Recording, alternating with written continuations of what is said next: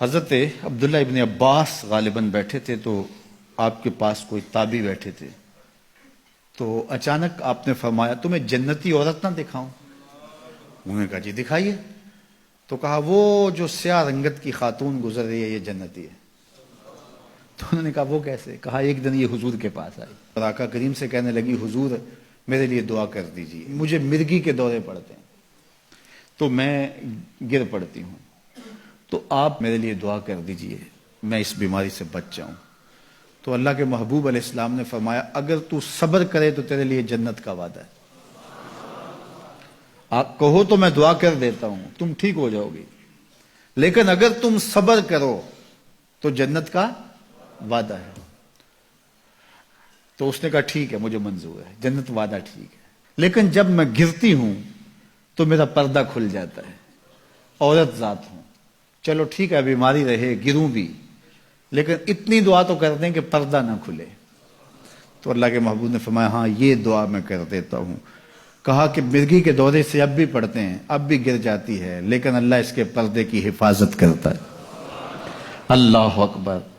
تو پردہ کتنی اہم چیز ہے اور ہمارا دین ہمیں اس کی تلقین کرتا ہے کہ تمہارا حیا نہیں لٹنا چاہیے، تمہارے پردے کی حفاظت رہنی چاہیے. حیا دین ہے اور حیا کے ساتھ اسلام کا تعلق کتنا گہرا ہے کہ یہ دونوں جڑی ہوئی چیزیں ہیں. ایک رخصت شے ہوتی ہے تو دوسری بھی رخصت ہوتی ہے.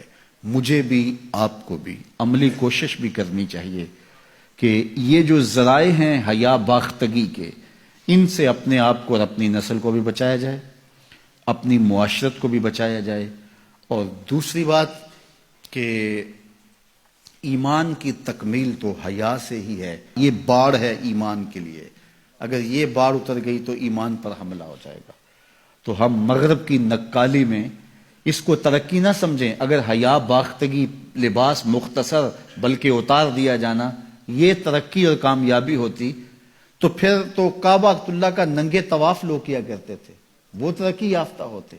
تو برہنہ ہو جانا یہ حیوانیت کی طرف سفر ہے، یہ کامیابی نہیں ہے، یہ عروج نہیں ہے، یہ فیشن اور ترقی نہیں ہے، یہ تو اخلاقیات سے کنارہ کشی ہے، یہ تو حیا باختگی ہے. اسلام ایک روشن خیال دین ہے، اسلام ترقی یافتہ دین ہے، اسلام انسانی مزاج سے ہم آہنگ دین ہے، انسانی ضروریات کے تقاضوں کو پورا کرنے والا دین ہے. انسانیت سے، ہمارے مزاج سے، ہماری فطرت سے ہٹ کر کوئی دین نہیں ہے. تو نفس کی تسکین اور ہے، روح کی تسکین اور ہے. تو جوانی کے دور کے اندر نوجوان کی زندگی کی کچھ ترجیحات ہوتی ہیں لیکن بعد کے اندر وہ خود سمجھ رہا ہوتا ہے کہ میں یہ غلط ہوں. آج مغرب پریشان ہے کہ انہوں نے جوانی کے 4 ایام تو اپنی خواہشوں میں اسیر ہو کے گزار لیے لیکن ان کے بڑھاپے کی تلخیوں کو آپ نہیں جانتے کیا ہے. تو مغرب کے سانچے میں ڈھلنے کی کوشش نہ کرو. وہ اقبال نے کہا تھا نئی تہذیب تکلف کے سوا کچھ بھی نہیں، چہرہ جو نہ روشن ہو کہ تو کیا حاجت گلگو نہ فروش. اندر کچھ ہو ہی نہ اور اوپر میک اپ کیا ہوا ہو تو وہ تو کبھی اترے گا، جب اترے گا تو نیچے سے کیا بلا نکلے گی.